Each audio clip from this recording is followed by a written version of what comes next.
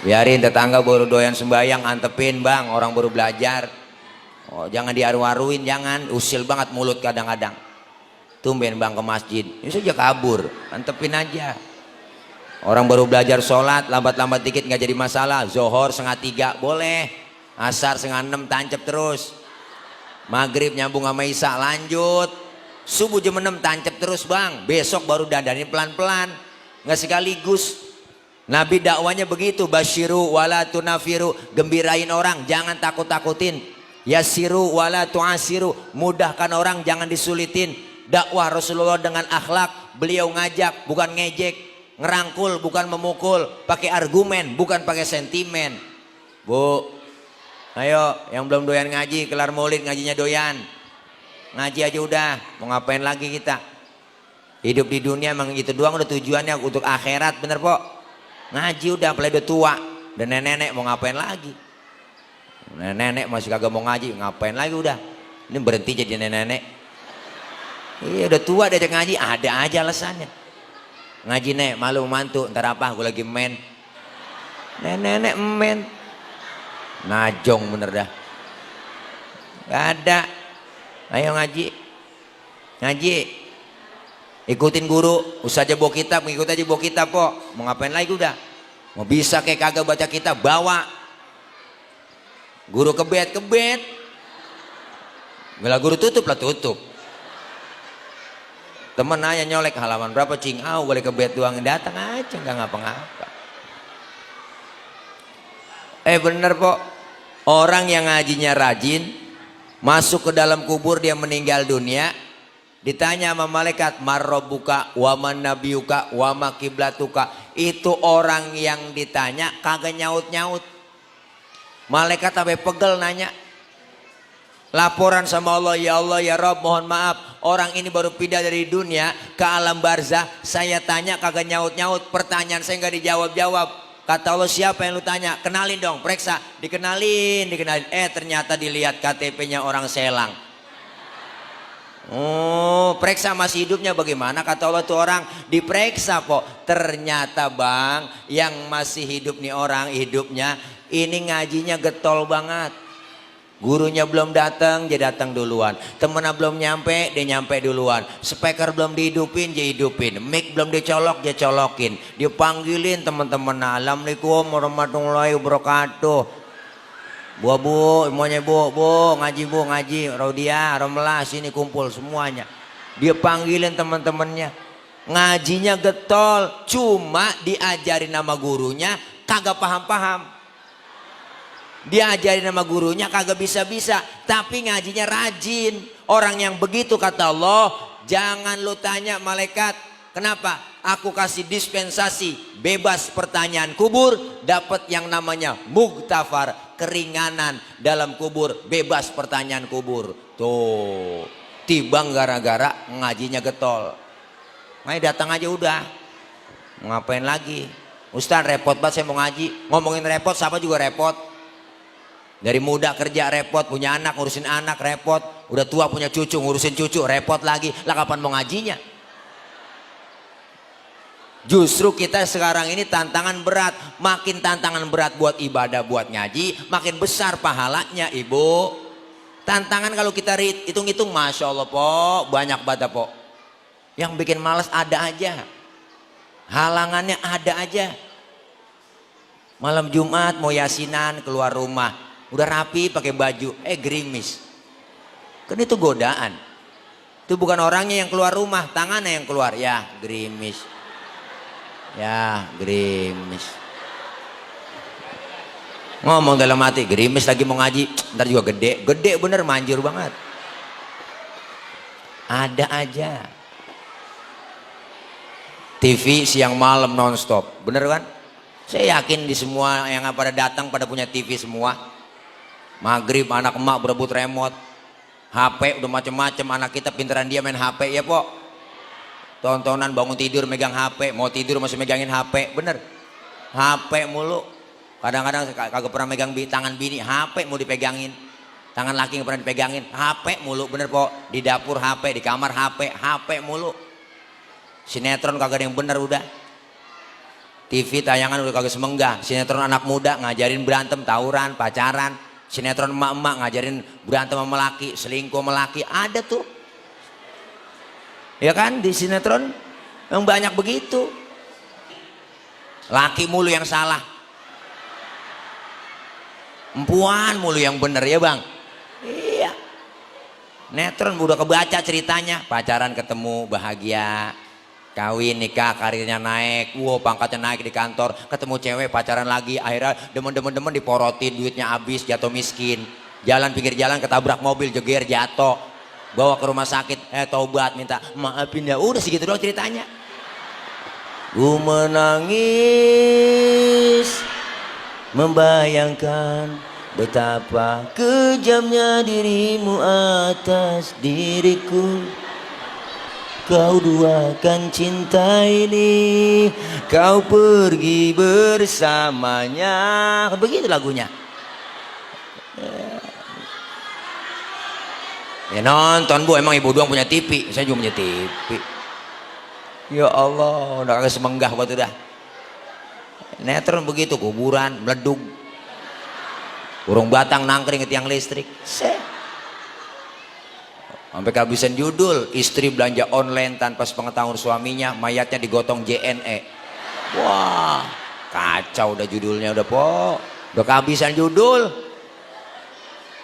Seharusnya judulnya cakep, bikin yang baru. Ini kita ngaji godaan berat, tantangan berat. Dengan kita ngaji, dosa kita diangkat. Amin. Dosa kita diusek, dihapus, ditipek, digebek. Raba dada kita po, masing-masing pasti banyak salah bang. Bener bang? Bener po? Ini yang ngomong sama nih, termasuk sama dosanya banyak. Apalagi tukang ngomong, emang salahnya di omongan.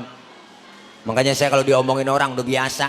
Ya diomongin orang gue mah emang wajar gue diomongin, emang tukang ngomong. Iya po? Saya punya prinsip hidup, biarin orang mau ngomong apa kek, mau ngata apa kek, antepin aja. Hidup itu laksana kali. Yang namanya kali, tahu kan kali? Iya kali, ada aja tai yang lewat. Hidup begitu emang. Ini makanya kita antepin aja, ngomongin orang apaan kek, bener po? Nah yang ngaji dosa diusek. Kita kan dosa kalau kita raba banyak banget. Yang sengaja, yang gak sengaja banyak. Bener? Yang gak sengaja emang tiap hari, kadang-kadang keceplosan. Dosa melaki nggak sengaja banyak. Mau berangkat ngaji, laki kita perintah. Bang, gua ngaji dulu. Ntar kalau hujan jemuran lu angkatin. Ada itu kagak berasa bikin dosa. Laki diperintah. Laki lagi tidur bangunin salah. Bangun bang, bangun, bang, bangun. Lu lihat no, jam berapa udah? Laki lagi tidur suruh ngiat jam. Kan salah tuh bini bang. Lah dia aja yang melek ngiat jam. Bukan nyuruh-nyuruh laki. Ya Allah, dosa nggak sengaja. Yang kedua pahalanya gede, amin. Kumpul di pengajian gak ada ruginya. Saya punya guru Al-Walid Al-Habib Ali bin Abdurrahman Asgab. Beliau bilang, andaikan saja pak bu pahala menuntut ilmu itu kelihatan oleh manusia, manusia akan saling bunuh-bunuhan untuk mendapatkan pahala menuntut ilmu. Luar biasa, saking aja pahala gak kelihatan. Andaikan kelihatan pahala menuntut ilmu, berebut tuh orang saling bunuh-bunuhan untuk mendapatkan pahala menuntut ilmu. Ngaji makanya po, ngaji duduknya doang kita di majelis taklim dicatat pahalanya sama seperti sholat sunnah 1000 rakaat. Pernah kita sembahyang 1000? Boro-boro po, sembahyang terawih aja ngeliat jadwal imam. Malam ini terawih imamnya dia, ya lama nih, lama ukuran dah. Pindah kita terawih. Pahalanya sama seperti kita mensolatkan jenazah 1000 jenazah. Pahalanya sama seperti kita jenguk orang sakit 1000 orang sakit. Luar biasa. Orang sekarang nggak mengaji, kumpul di pengajian, insya Allah mandang wajah guru kita aja udah ibadah bang. An-nawar ila wajhil alim ibadah. Mandang wajah orang alim ibadah. Mandangnya di mana? Bukan di angkot, bukan di mall, tapi mandangnya di majelis. Tuh. Nanti kita akan dikumpulin bersama orang yang kita demenin. Almar'u ma'aman ahabba. Kumpul bersama orang yang kita cintai. Di dunia kita kumpul bareng sama guru kita. Ntar di akhirat kumpul bareng sama guru kita. Yang punya guru bakal kumpul sama gurunya. Yang kagak punya guru mau kumpul sama siapa di sana? Ayo. Ayo dah. Guru paling sayang sama murid. Diperhatiin. Malaikat manggil duluan tuh di akhirat. Guru cepetan masuk surga, pintu surga mau ditutup. Ntar dulu malaikat ngomong, udah kali guru, murid lu ke surga. Dilihat ke surga kagak ada. Guru protes sama malaikat, malaikat mana murid saya? Kata udah ke surga duluan, saya lihat kagak ada di surga. Wah maaf guru, tempat cuma 2 di sini, kalau nggak surga neraka. Coba cek dulu ke neraka kali mampir. Guru nyari-nyari, muridnya ke neraka po. Sampai depan pintu neraka ada yang teriak dari dalam, guru, guru. Dia kenal sama gurunya. Gurunya udah nggak kenal, udah pada angus. Bagaimana kenalinnya? Guru penasaran, dicoker-coker, dikorek-korek, dikenalin. Lah, lu Roh, lu ngapa di sini Roh? Ya Roh, lu kan ngaji sama gua Roh. Ngaji guru, pulang ngaji guru sih ngomongin mulu. Nah, baik-baik po lu nyangkut tuh. Sembarangan kita ngaji. Sama guru luar biasa. Fas'alu ahla dzikri in kuntum la ta'lamun. Tanya kepada ahlinya jika kita kagak tahu. Siapa ahlinya? Quran dan hadis. Siapa yang paham Quran hadis? Ya para ulama, ustadz-ustadzah kita. Ilmu bikin hidup jadi mudah. Bu, nih, ayo. Dengan ilmu hidup jadi mudah. Orang jangan bisa nyalain doang. Kadang-kadang begitu po, ngajinya pakai Google doang, ngajinya pakai internet, nggak pakai kitab, nggak pakai guru, akhirnya bisanya nyalain mulu. Saya pernah sembahyang disalahin, lagi sholat. Saya sholat dipanggil, bang, abang tadi sholat baca usoliyah. Lah emang apa? Saya kata gitu, baca usoliyah hukumnya haram bang, nggak boleh, nggak ada aturannya baca usoli. Waduh, ini orang dalam hati ngajakin berantem nih. Baca usoli dibilang haram. Kita kalau mau sholat kan bu, sebelum takbir baca usoli dulu, bener kan? Ngadep kiblat, sebelum takbir usoli, mulut ngucap usolli fardul maghribi thalatha rakaatin mustaqbilal qiblati adaan lillahi Allah. Tangan bergerak. Nah sambil ngomong Allah, hati ngikutin ngomong. Niat di hati, sahjaku saya sholat maghrib 3 rakaat menghadap kiblat fardu karena Allah Ta'ala hu akbar. Biar sinkron antara mulut sama hati. Ini madhab Imam Syafi'i. Yang kagak boleh bagaimana? Yang kagak boleh baca usolinya abis takbir. Allahu akbar usolli fardul maghrib. Ini yang PA. Lah udah takbir baca usoli. Bagaimana kalau yang nggak baca usoli, yang nggak ngapa-ngapa, waktu maghrib udah kepepet, langsung aja bu takbir, Allah, nggak pakai usoli lagi, niat di hati barengin, Allahu Akbar, sah. Kenapa? Karena baca usoli bukan rukun dalam sholat. Baca usoli bukan rukun dalam sholat, bu. Bahkan kalau menurut saya nih bang, sebelum kita takbir nyanyi masih boleh. Kita mau sholat yang ngadep kiblat, sebelum takbir nyanyi. Sampai hatimu begitu tega, di depan mataku kau jual cinta. Begitu hina, begitu rendahnya, dirimu rela ditukar rupiah. Betapa lemah imanmu, tak mampu menahan nafsu. Tak sudi lagi ku melihatmu. Sampai hatimu Allah, niatin barang di hati, Allahu Akbar. Menurut ilmu fikih sholat kita sah. Kenapa saya katakan sah? Nyanyinya sebelum takbir. Cuma masalahnya satu. Masalahnya apa? Kita punya otak apa kagak? Masa kita mau sembahyang nyanyi? Itu masalahnya Pak Ul. Secara hukum sah-sah aja orang nyanyinya sebelum takbir. Cuman otak lu di mana? Kan begitu. Ada semua ilmunya ibu. Benar? Kita tahu hukum Islam itu gampang. Jangan digampang-gampangin. Kita ngaji fikih. Nih kita ngaji fikih nih. Ngaji nih po. Air kencing najis nggak po? Air kencing najis nggak? Air sperma najis nggak? Air sperma najis nggak? Enggak. Air kencing najis, air sperma najis. Enggak. Air sperma enggak? Air kencing najis. Air kencing, air sperma, air kencing, najis. Pertanyaannya, kenapa ketika keluar sperma kita diwajibkan mandi hadas besar? Padahal sperma enggak najis. Tapi kenapa ketika kita selesai kencing tidak diwajibkan mandi hadas besar? Padahal air kencing najis. Terima dulu pakai iman, akal main. Mana mainnya? Yang najis aja Pak Ustadz nggak perlu mandi hadas besar, apalagi yang nggak najis. Atau sebaliknya, yang nggak najis aja kita dianjurkan, diwajibin mandi hadas besar, apalagi yang najis. Kan begitu akal logika. Jawabnya pakai ilmu. Mana jawabannya? Andaikan saja Pak, Bu, kalau kita habis kencing diwajibin mandi hadas besar, kita sehari semalam kencing 10 kali. Apalagi musim hujan, beser mulu. 10 kali mandi, berarti kira-kira pilek, ampok, meriang agak? Bener kan? Allah ngasih mudah kok. Kenapa keluar sperma diwajibin mandi hadas besar? Karena keluar sperma enggak tiap hari, enggak tiap waktu, enggak tiap saat. Karena memang capek. Emang kagak capek? Tenaga kekuras semua. Kaki pada kiting ya. Wow, jangankan begituan po, kita bang kerja nih, berangkat pagi pulang sore, kan capek, lelah, gerah ya po, lemes, disiram pakai air mandi, seger nggak?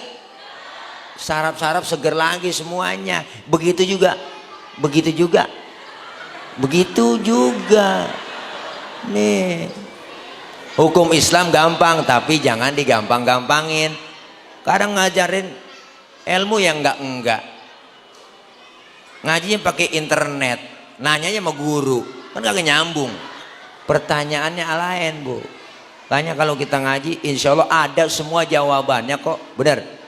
Ilmu bikin hidup jadi mudah. Orang ada ilmunya gampang. Saya ngomong begini yang di luar kedengeran. Kenapa? Karena pakai ilmu. Ngomongnya pakai ilmu. Ilmu apa? Ilmu teknologi, sound system.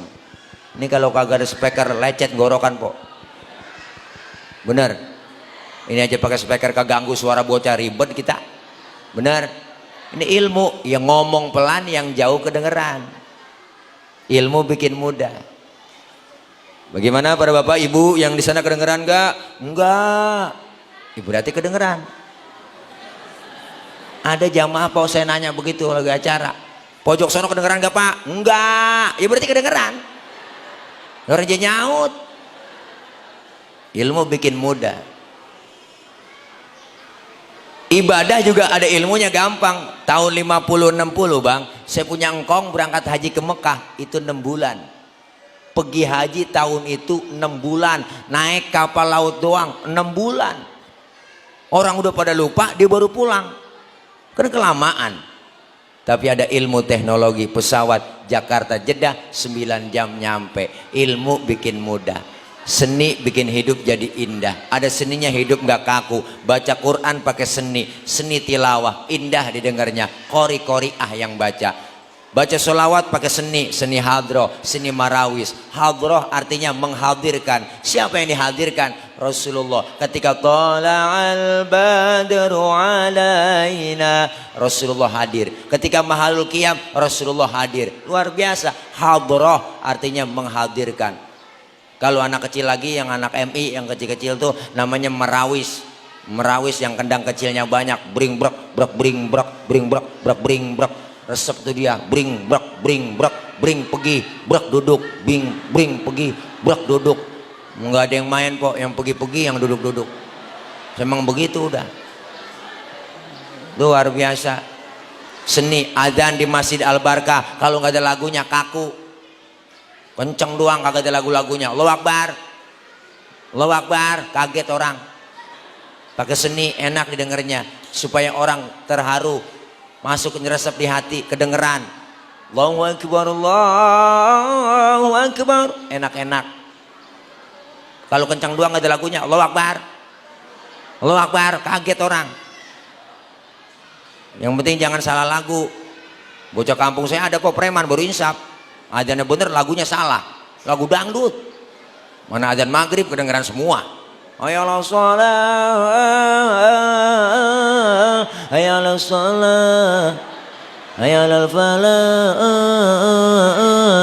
hayalal falah. Allahu Akbar. Lah kan PA itu ya. Jangan. Seni bikin hidup jadi indah. Agama bikin hidup jadi terarah. Orang ada agamanya terarah hidupnya. Kenapa? Karena agama adalah aturan. Siapapun harus ngikutin aturan. Kita Islam, aturannya mana? Rukun Islam. Islam agama universal, mengatur dalam segi kehidupan apapun. Hidup berumah tangga, bermasyarakat, berbangsa, bernegara, diajarkan dalam Islam. Termasuk ibadah apapun, ajaran apapun dalam Islam ada. Yang kecil-kecil aja pok sering kita lupain. Tengok di rumah kita, masuk rumah, keluar rumah, Islam agama kita ngajarin ada doanya, bener. Masuk kamar mandi, keluar kamar mandi ada doanya, adab akhlaknya diajarin. Masuk kaki kiri, keluar kaki kanan, mau makan, selesai makan, doanya ada. Islam ngajarin tuh sering kita lupain, bener kan? Bener kan? Iya, adab akhlak makan diajarin. Kalau makan satu nampan bertiga, adabnya pakai. Apa adabnya Ustadz? Pertama, suapan kecilin, jangan gede-gede. Tuh adab makan bareng. Selesai doa, kita maulid dikasih makan satu nampan bertiga. Makan kalau bertiga satu nampan, adabnya kecilin tuh suapannya. Tuh adab. Yang kedua, lagi makan bareng begitu, jangan ngeliatin muka temen kita lagi makan. Jangan kali-kali pun terlihatin orang-orang muka orang pun. Orang kesinggung. Dalam hatinya ngomong, lapar banget gua kayaknya itu. Ada adabnya. Yang ketiga, emang kalau jatah kita bagian di situ, rawatin aja pok sebelah situ, maju mundur sudah udah. Jangan punya teman kita sebelah kita korek-korek, longsor jatahnya. Kan ada adabnya semua. Islam ngajarin sampai hal yang kecil kayak gitu.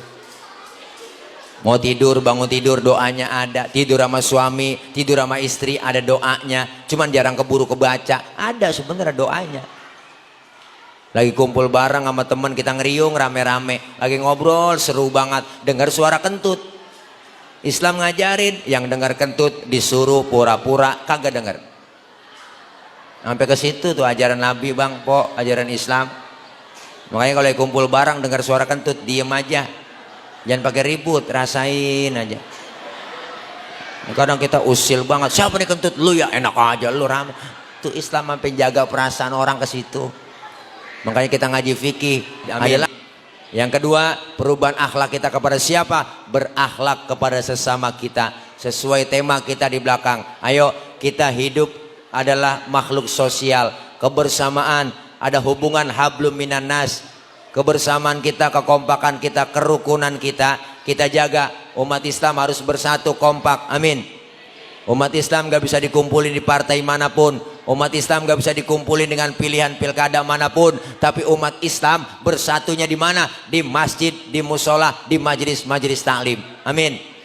Kalau kita kompak bersatu umat Islam, apapun apa yang kita niatin, insya Allah akan terrealisasi. Kalau kompak bersatu. Panglima Jenderal Sudirman pernah bilang, tidak akan ada kemenangan tanpa ada kekuatan. Tidak akan muncul kekuatan tanpa ada persatuan dan kesatuan. Tidak akan terwujud persatuan dan kesatuan tanpa ada budaya silaturahmi. Artinya, pengen kuat, pengen menang harus kuat. Pengen kuat harus bersatu. Pengen bersatu, budayakan silaturahim. Masjid, majelis taklim, musola adalah simbol kebersamaan kita. Wadah kebersamaan umat Islam. Islam sudah ngajarin Pancasila lewat masjid. Sebelum adanya Pancasila, Islam duluan yang mengamalkan Pancasila. Ibu, masjid pak, simbol demokrasi. Siapapun masuk masjid, copot sendal, buka sepatu. Itu aturan. Untuk siapa aturan itu? Buat semuanya. RT kah dia, lurah kah dia, camat kah dia, presiden kah dia. Kalau sudah masuk masjid, copot sendal, buka sepatu. Benar? Dan kalau sudah masuk ke masjid, enggak ada orang nomor satu dalam masjid. Semuanya sama di hadapan Allah. Benar?